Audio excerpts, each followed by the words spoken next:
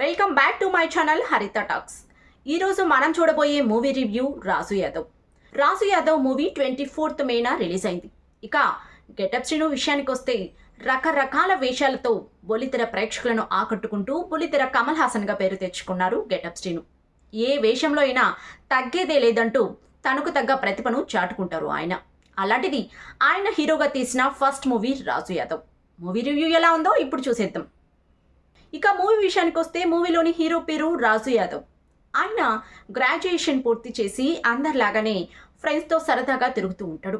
ఒకసారి అనుకోకుండా క్రికెట్ ఆడుతున్నప్పుడు క్రికెట్ బాల్ ఆయన మొహానికి తగిలి ఇక మొహం నవ్వుతూ ఉన్నట్టుగానే ఫిక్స్ అయిపోతుంది. ఇక సరైన ట్రీట్మెంట్ లేక అలానే ఉంటాడు. ఇలా అనుకోకుండా ఒకరోజు స్వీటీ అన్న అమ్మాయి పరిచయమై ఆ అమ్మాయి కోసం ఊరు వదిలి హైదరాబాద్ వెళ్తాడు. సడన్ గా క్యాబ్ డ్రైవర్ అవతారం ఎత్తి ఆ అమ్మాయి చుట్టూనే తిరుగుతాడు. ఇక వాళ్ళిద్దరి మధ్య లవ్ స్టోరీ పండుతున్నట్టే అనిపిస్తుంది. కానీ ఆ అమ్మాయి ఫైనల్ గా వేరే అబ్బాయితో లవ్లో పడుతుంది. ఇక ఈ గ్యాప్ లో రాజు యాదవ్ పరిస్థితి ఏంటి, అసలు ఆయన లైఫ్ ఎలా టర్న్ తిరగబోతుంది అనేది మూవీ చూసి తెలుసుకోవాలి. ఇక సినిమా మొత్తానికి ప్లస్ పాయింట్ అంటే రాజు యాదవ్ యాక్షన్ అనే చెప్పాలి.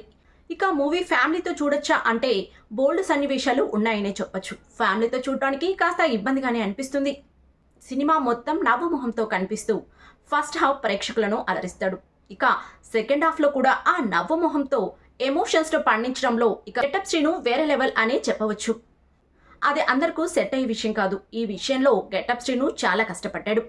కానీ ఈ నవ్వుమొహం కనిపించడానికి స్టోరీకి ఎక్కడా పొంతన కనిపించదు. సినిమా మొత్తానికి గెటప్ శ్రీను యాక్షన్ హైలైట్ అనే చెప్పవచ్చు.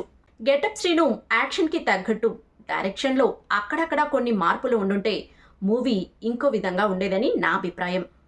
చివర్లో చంద్రబోస్ స్వయంగా రాసి తానే పాడిన పాట హైలైట్గా నిలుస్తుంది మూవీకి. మూవీ విషయానికి వస్తే ఒక్కసారి చూడొచ్చని నా అభిప్రాయం. మూవీ రివ్యూ కనుక మీకు నచ్చినట్టయితే వీడియోని లైక్ చేయండి. ఇలాంటి మరిన్ని రివ్యూస్ కోసం మన ఛానల్ని సబ్స్క్రైబ్ చేయండి.